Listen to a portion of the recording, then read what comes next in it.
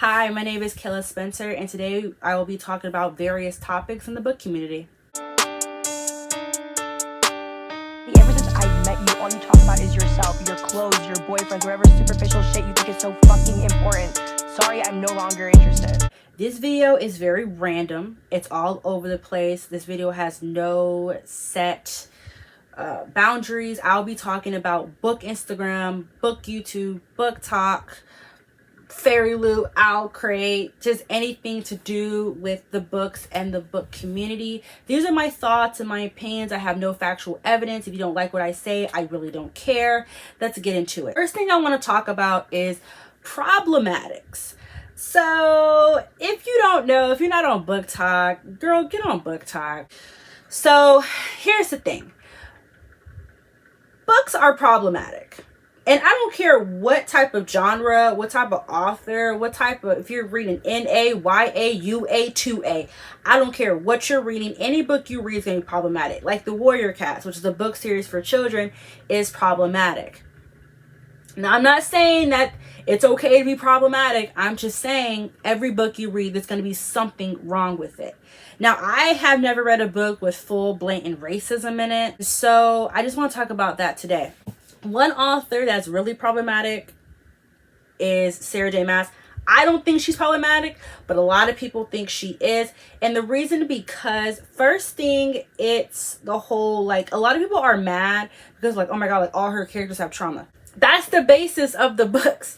ACOTAR, I can talk for ACOTAR. I can't talk for Throne of Glass. I have it right here. I haven't finished it, so I can't really talk about Throne of Glass, and I can't talk about Crescent City because I haven't read the series yet, so the only thing I can talk about is ACOTAR. So here's the thing with ACOTAR. It's basically the foundation of the book is a bunch of characters with trauma trying to get through life and cope and deal, but also trying to, like, help other people and fight for other people.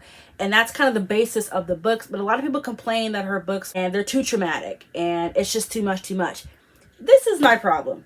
So y'all complain when you read a book where the characters are perfect. And then when you get some characters that are not perfect, you're mad because they're too not perfect. What do you want? I don't know what you want. Secondly, there were people that were complaining about colonization in her book. Now, I'm not going to put this excerpt on the screen because I probably won't be able to find it, but I will talk about it. So if you have not read A Court of Silver Flames, please skip because I will be talking about it right now. There was a scene in A Court of Silver Flames where they were talking about the King of Highburn and, like, who's going to rule now. And Amren was like, oh my God, Rhysand, you should rule. You'd be a good king. You're a good person. People love you. You get along with everybody. You'd be the perfect fit. He's like, no, I don't want to be king. I'm fine being High Lord. What about Farah? And Amren's like, Farah will do what she has to do if the time comes. If she has to be queen to help people out, she would totally do it, which Farah would because she is that type of person. And that excerpt from the book, people said it showed colonization. Now, I'm putting the definition on the screen what colonization is. And then the scene you just heard me talk about, tell me that's, I don't know why people, it doesn't sound like colonization to me. Colonization is when a person takes over something that's not theirs. And you know the funny thing about this? The white people were the ones. The colonizers were the ones complaining about the colonization. I didn't see colonization when I read that scene though. I didn't see it. But I didn't understand where that came from.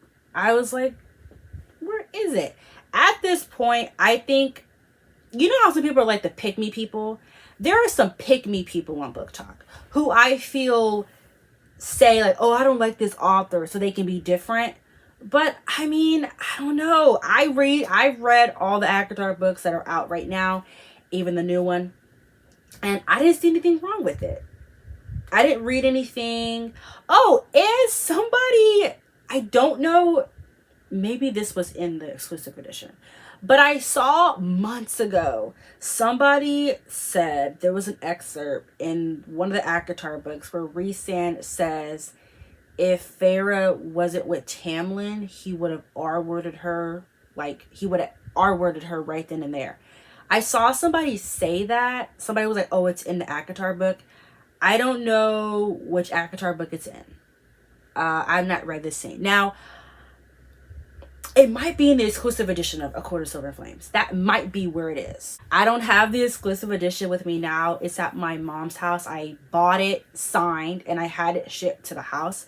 So I have not read it. So maybe it's in there, but somebody was mentioning that and I was like, what now? But I haven't read it yet. So if it's not in the exclusive edition, tell me if it's an exclusive edition. Tell me in the description box below if it's in the exclusive edition, because I don't know. But that's what somebody said. But I haven't seen anybody else talk about it but that one person. So I don't know. But yeah, it's just, I don't know. Sarah J. Maas's books are good to me. I think she's a beautiful writer. I remember actually when I first read ACOTAR, which was actually this year, I remember thinking, I was like, she's doing too much. I feel like Sarah J. Maas is writing, like, she explains everything. And it's nice, but it's annoying sometimes, if that makes any sense. I know Hunger Games is problematic. So in Hunger Games, I know that they had a character in the book that was she was black in the book, but then she ended up being, I think, biracial in the movie, and that was Rue. What was her name? Played by Amanda Steinberg. People felt some way about that. I have never watched Hunger Games because the movies never looked interesting to me, but I do have the books back there. I will be reading them, and we will see about that. I think they did it with Divergent also. Didn't Divergent have that? There was a black character in Divergent, and then she ended up being played by Zoe Kravitz. Girl, they hate black people. They do. Even The Hate You Give was a black girl with kinky hair on the cover and being played by Amanda Steinberg. And then I also have The Sun Is Also the Star, played by Yara Shahidi, but the girl in the book was Jamaican and the author's Jamaican. So why you got these non-Jamaican people playing Jamaicans? So I don't know. And I kind of want to mention this also. Why did The Hate You Give be popular? Why is that popular? That didn't make any sense. But why is The Hate You Give popular? I thought about that. As a black woman in racist America, I am not trying to read a book about a black man getting shot. We are living that today. We are living that today. I bet her editor's white. I bet you any money her editor is white. Because if I was a black literary agent and somebody said that to me, I'd be like, hell no. And then I can't believe that. And majority of the people that I see reading that book is actually Caucasians. I don't shame anybody who's read it. I'm just saying, I'm not trying to read a book about a black person getting shot. And why would you write a book about a black person getting shot? What is wrong with black people? Now black people, now black authors, Ace of Spades and all that. Now black authors are starting to kind of write books based on African American history, which I love, by the way, because I am a big fan of history, mostly European history, but I do want to get into African history. But I cannot believe that they wrote a book on a black person getting shot, and then it got a movie, and then it got popular. I was like, what the hell is going on? I remember actually when I first got into reading, I was like, I want to read some black authors, and I literally went online and typed in black authors, and a whole bunch of racial books popped up, and I was like, what's going on? What is going on? I want to read a book with black characters just doing simple shit. You know what I'm saying? Black people, for some reason, feel like they always have to write about their hardships. You don't have to, because think about it. Not every black person has hardships. They really don't. There are some black kids that grow up in rich white people neighborhoods, going to rich schools, doing rich people shit. Not every black person has hardships. We're all not in jail. Some black people have both parents. We all know who our daddies are. I hate that every time a black person writes a story, they always want to write about black hardships. And it's just so fucking annoying because we live it today. We don't need to read it in our literature. God, white people write a book about a white girl becoming a stripper, but a black person write a book about a black person getting shot. What is this? Let's move on. Second thing, let's talk about Fairy Lou, Owl Crate, and I think it's called Bookish Books or something like that. Fairy Lou and Owl Crate is very much a waste of your money. I don't know why people buy those boxes. I personally find them to be a waste. I have never bought Fairy Lou, never bought Owl Crate, never will buy them in my entire existence. Them boxes be over $100, and all you get is a book, a bookmark, a blanket, a note, and that's literally it. It's the dumbest crap ever. Like, people really be paying hundreds of dollars for 6 items in a box. Well, you could just take your... This is the funny thing. You can go to Mercari. You can go to Mercari and buy Fairy Loot shit. People literally go to Mercari and sell the Fairy Loot books, the fan art, the candles, the blankets, the bookmarks, whatever be in those Fairy Loot Our Crate boxes. People literally go to Mercari and sell it for way cheaper than you can get it buying it whole.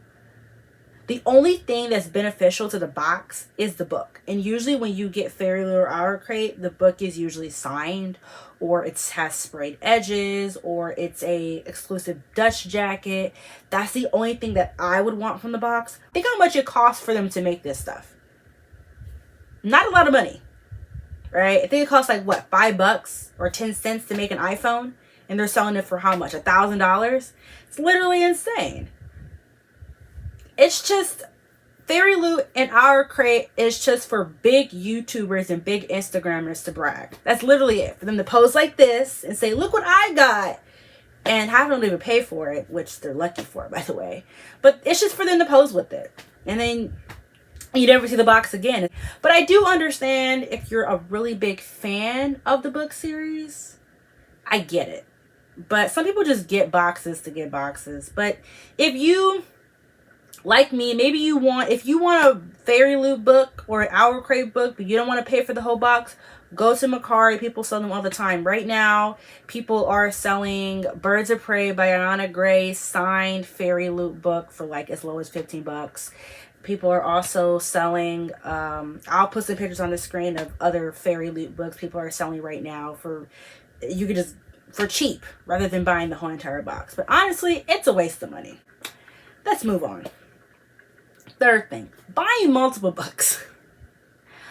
I'm going to put this picture on the screen. And I'm going to see if I can find it. I am obsessed with people's bookshelves. I am a fiend when it comes to bookshelves. My bookshelf is not that bouncing, but I do the best I can.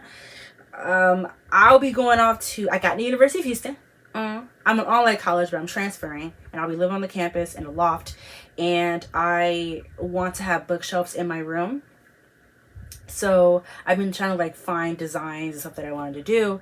And there's this one bookshelf that always keeps popping up on Pinterest. And I thought this was insane. This person had a bookshelf. It was like the same book. It was like they had like Crave or something. I don't know if they had Crave, but they had like, let's say they had Crave. And they had like 6 copies of the same book. And I was like, and it was of every book. But I know that I did watch a TikTok on people explaining why they do that. So why people do it is because, so some people get the non-signed copy, and then they get a signed copy. And then there's an exclusive edition. There's usually a collector's edition. And then you have to think about when a book comes out. Like I know like with Court by Tracy Wolf, when that comes out, Target, Amazon, Book People, Entangled Teen, like all the bookstores are selling different copies of it. So one store has like the book, it's like dragon end papers. Another one has gargoyle end papers. Like each book is different. So that's probably why people buy multiple books, to get different type of styles of it. I don't get an exclusive edition of every book that I read because some exclusive editions don't really have anything that is worthy of buying.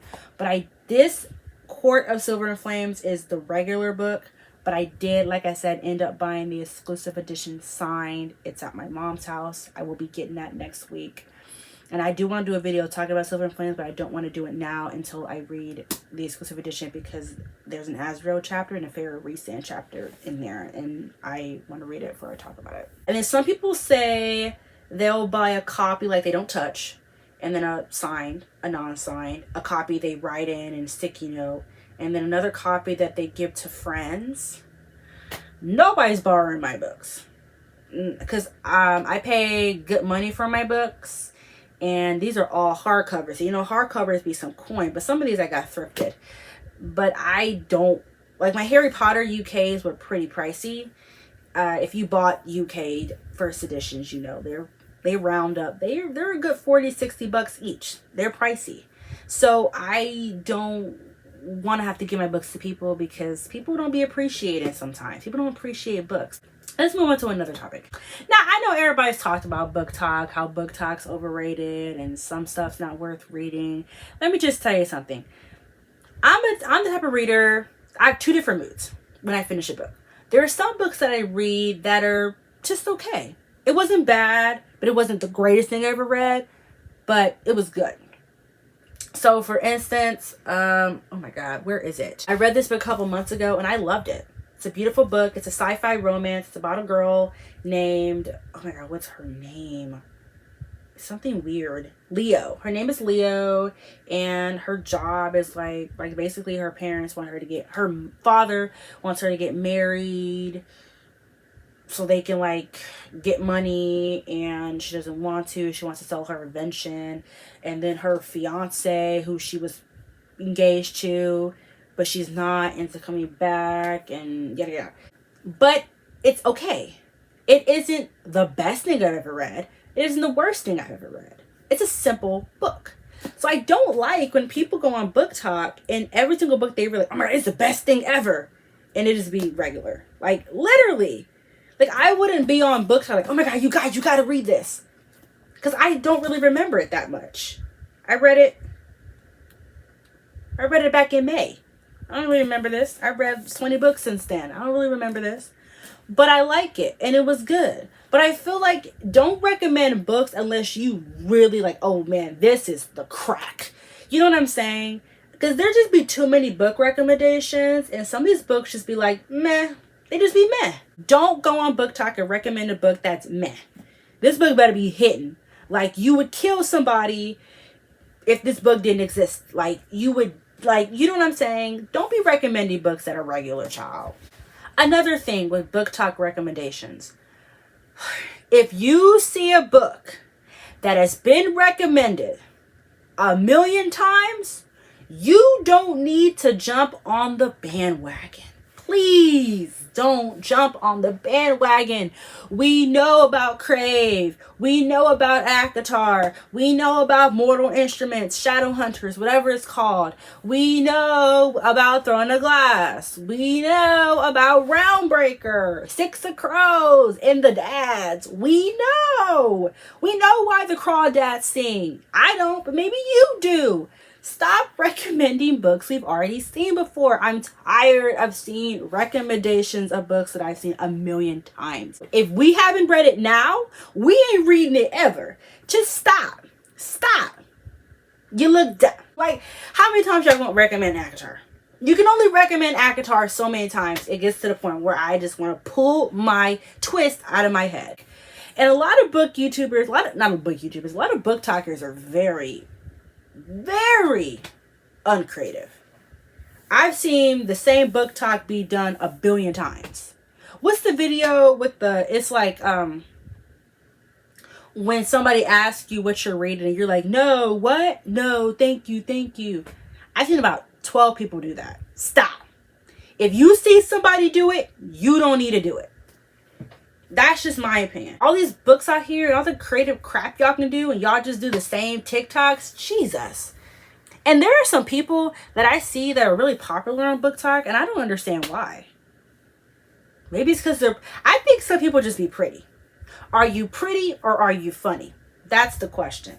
But some of y'all be boring. Some people be boring as shit on book talk. Let me just tell y'all, book talk and book YouTube and book Instagram, some people just be boring as hell. No personality to be having all these followers. And I'm like, what's the allure?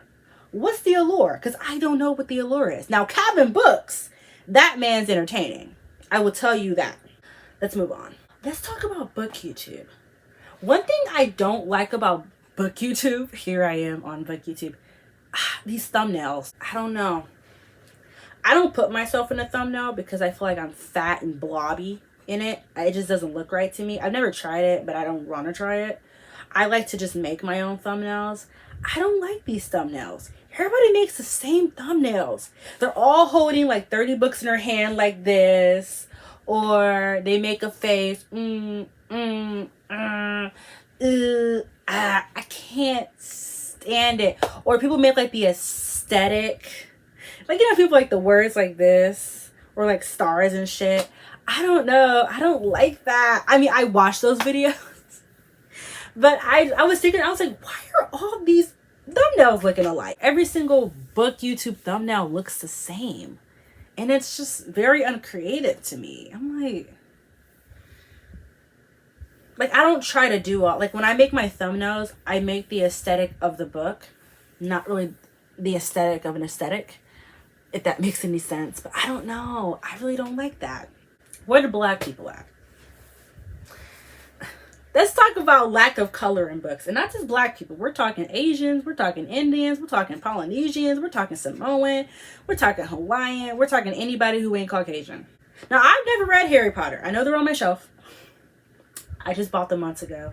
I have not read them. I will be reading them next year. I have watched the Harry Potter movies. I watched them each one time when I was in high school. I forgot. I don't even know what they're about. I can't tell you anything. I am clueless right now. I think there's one black person in that book, but he didn't have a big part or something. And then there's an Asian girl, I believe, in the film, but she also didn't have a big part.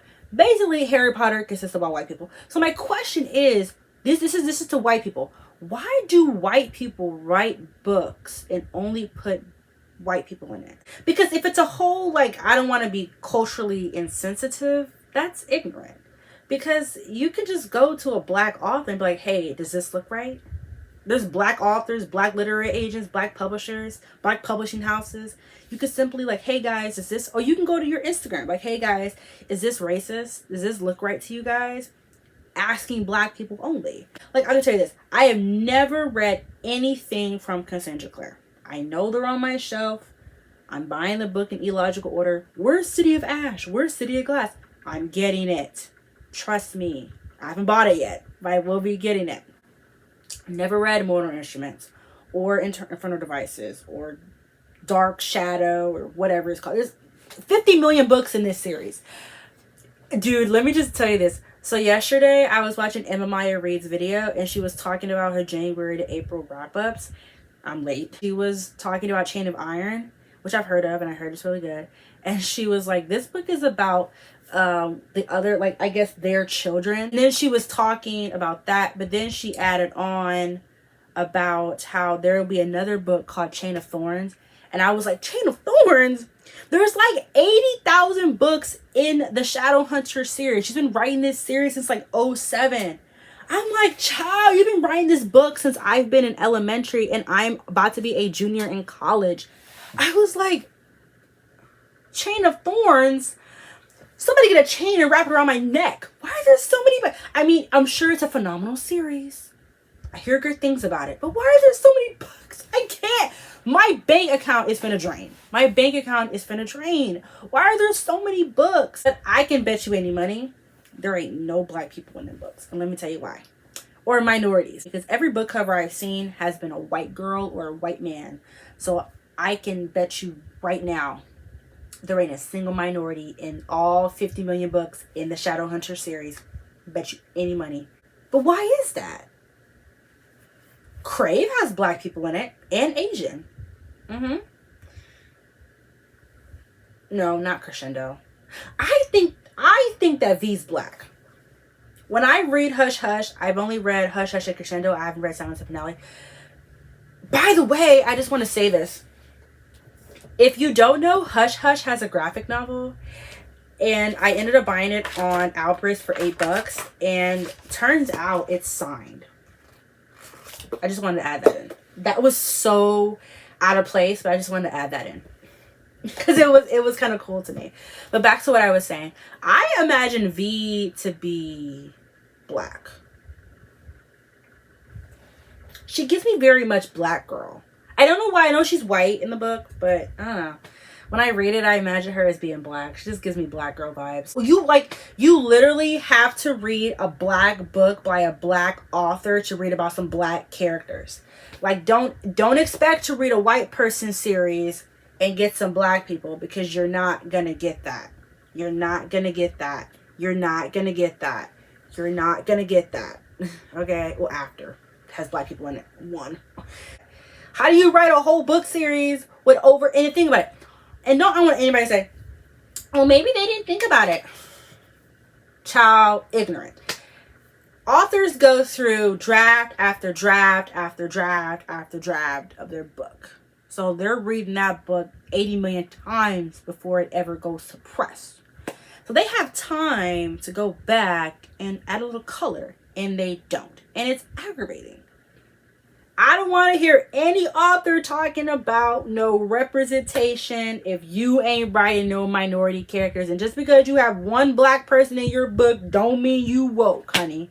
Take a seat, child. I'll give you one. I'll give you mine if you don't have one. But that is aggravating to me. It infuriates me. Oh my God. Okay, this is something I want to mention. It has nothing to do with anything. It's just a thought that I had. So this is something this has been going on for months. I don't know why I never looked it up. So basically, before I read Throne of Glass, I'm on the first book. I haven't read the others. So before I read Throne of Glass, I've seen a lot of fan art and a lot of fan accounts and a lot of people just talking about the books in general. And people keep mentioning this Aelin character. Aelin Garman, something like that with the G. I don't know. Aelin. Now, I knew the main character of the book's name was Kylena Sardorthian. And I was like, who's Aelin? And for the life of me, every time people kept mentioning Throne of Glass, they would always mention Aelin and never mention Kylena. Probably pronouncing her name wrong. And I was like, who's Aelin? And so I thought for a while, I was like, well, maybe Kylena died and then Aelin became the main character. But I never looked it up. It was just something I just struggled with. And I was like, who's Aelin? Who's this girl? And then I was like, okay, well, maybe Kylena turns out to be Aelin. Maybe they switch. And then I was right. So I guess Aelin is a princess because it's a Cinderella retelling. So I'm assuming that Kylena is a princess and maybe her real name's Aelin. But I was like, who is Aelin? For the life of me, I was like, who's Aelin? Hey, Stays. I was so confused because like nobody ever explained that. I guess you just know, you know. Now I know. I'm on the same page as everybody else. I'm hip. Let's talk about, this is the last thing I want to talk about and then I'm going to cut the video.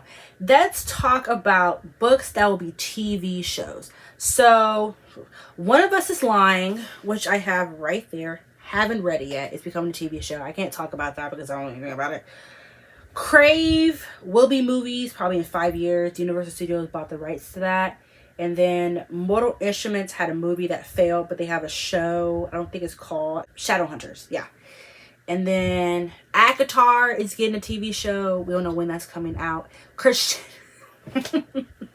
Crescendo was supposed to be a movie like 5 years ago, and it's still going to be a movie.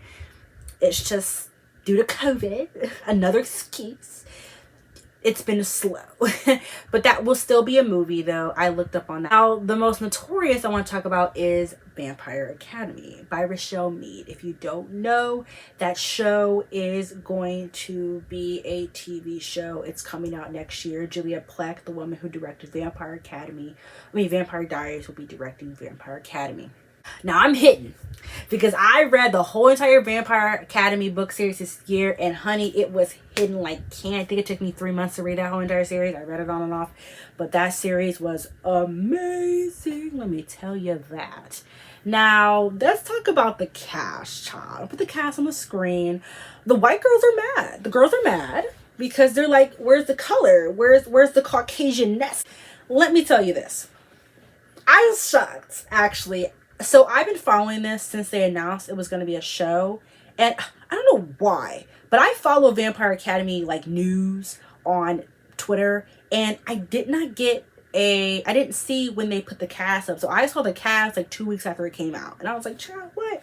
When I saw it, I was like, oh, now this is peculiar. Because we all know that Julia Plec, when she directed Vampire Academy, had one black person, and that was Bonnie, and she was treated the worst, but she was the one saving the day. And they said like Julia Plec is racist and stuff, so I assumed there was going to be no black people or any minority in this show. Honey, the color. I ain't never seen so much color in a show in my life. I am actually shocked. It's going to be hitting. Now, I'm going to put some comments on the screen. They're not racist or anything, but And the cast dropped, a lot of people were mad. They were like, well, the book is about European, Romanian, Turkish, Russian ancestry. So I feel like you're not staying true to the book. AKA, why are there a lot of colored people in this book? Where are the white people at? That's basically what they're saying. Dear white people, not the TV show. Dear white people, now you know what it feels like to watch a show with no representation of yourself. We do that all the time. Gossip Girl, Teen Wolf, Dawson's Creek, the O2, the OC, or whatever. We have to watch shows with no black people in it. So now you have to watch a show with barely no white people in it. Now you know how it feels. The show's gonna be hidden because Lissa's played by a Puerto Rican woman named, I forgot her name, but she played on Every Which Way. And Sissy something is playing Rose Hathaway, which, let me show you something real quick. So these are the Vampire Academy graphic novels. All these are thrifted. I bought this off of Goodwill, Amazon, no, eBay, and Albertus. Did y'all know that Rose was tan? I didn't know that, and I read the whole entire book series, but I don't remember it ever mentioning that she was black. So I was like, look, she's tan. She's tan. She basically black. And I was like, no way. I didn't know that. No, I don't know why. It didn't mention, maybe it did and I didn't notice it, but I don't remember it ever mentioning that it was in the book. But no, Honey Girl is, and you can buy these online. They're kind of expensive. Not really, depending on where you get it from. I only read the first two. I have not read Shadow Kiss yet. Let me show you some of the artwork in here, if y'all don't know. So that's kind of what it looks like in the comics. So,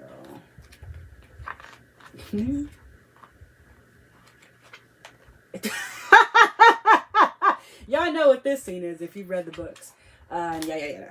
But people were like, okay, I understand where people were coming from, but then I was like, well, who gives a crap? Let me tell you, Vampire Academy will be renewed for a second season. Let me tell you why. First of all, it's a show full of minorities, what people love, by the way. And when the show comes out on Peacock, you know it's going to trend on, it's going to trend on Twitter. People are going to be like, ooh, what's this? People are going to watch it and they're going to love it. Period. Vampires, cute guys. The only problem I had, so they made a new character named Mia Cart. Now, in the book, her name was Mia Rinaldi. Her parents were, I think they like worked for the Zellicos family or whoever. And then you had Mrs. Carp, Sonia Carp, who was the teacher who went Strigoi. But then she ended up being traded back into human and yada yada. So I was like, Mia Carp. But Carp didn't have any kids. So Mia's either going to be her niece. I don't think she's going to be her daughter. I think she's going to be her niece. Well, you know what?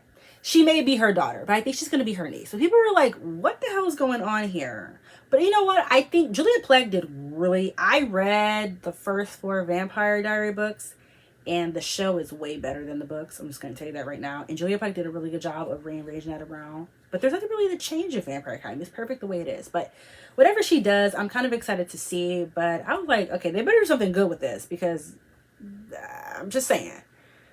But I hope Mia's still the mean girl. Because remember when Rose punched her in the face? Child, had me dead. My favorite line, they posted on the Twitter, they were like, name your favorite line from the show. And my favorite line is, from the book. And my favorite line is, hi, my name is Dmitry Velikov. I'm here to take you back to St. Vladimir's Academy. That's my favorite line. It was in the movie that came out in 2014, and it's also in the book, and it's my favorite line. And they better put that line in the show. Hi, my name is Dmitry Velikov. I'm from St. Vladimir's Academy. I'm here to take... Wait, hold on. Hi, my name is Dmitry Velikov. I'm here to take you back to St. Vladimir's Academy. Another thing. I'm going to put the guy on the screen. The guy who plays Dmitry. This guy looks a little young to play Dmitry. I went through the cast. I'm taking my glasses off because it's kind of hurting my side. But I'm blind right now. Work with me here. He's kind of young. Like, I didn't like how they made Dmitry. Because Dmitry in the book, Rose is 17. I think Dimitri's 23 or 24 or 25 is what his age is, I believe, in the book. So he's like 6-7 years older than Rose. This guy looks the same age as the woman in the show playing Rose. So I was like, I don't think I like him. But he is cute, and he might be hidden playing Dimitri, and he better have a thick Russian accent. But I don't know. I don't, he just looks really young to play Dimitri. He don't look in his 20s. He looks like he's 16, straight out of high school. I don't know how I feel about that, but you know, you never know. They may do something well with him. I don't know. And that's all I got for today's video. This is a rambling video. I talk about book talk, book YouTube, book Instagram, shows, just random stuff. I'll be doing videos like this probably once every couple of months where I just randomly talk about stuff, because why not? I just have a lot of opinions and stuff, and I literally have nobody to talk about it with because none of my siblings read. So I was like, oh, I'll just come on here. My forehead seems big right now. Let's ignore that. Let's act like that doesn't exist. If you like this video, like, comment, subscribe, comment your favorite part. If you agree with me, tell me. If you don't, tell me you don't, and that's fine. I'll be making another video that will be coming out.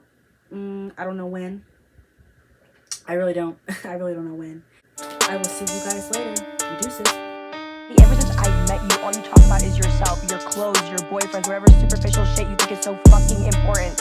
Sorry, I'm no longer interested. I don't know about everyone else, but I miss the old cat. You know, the one who had a sense of humor and wasn't a fucking cunt.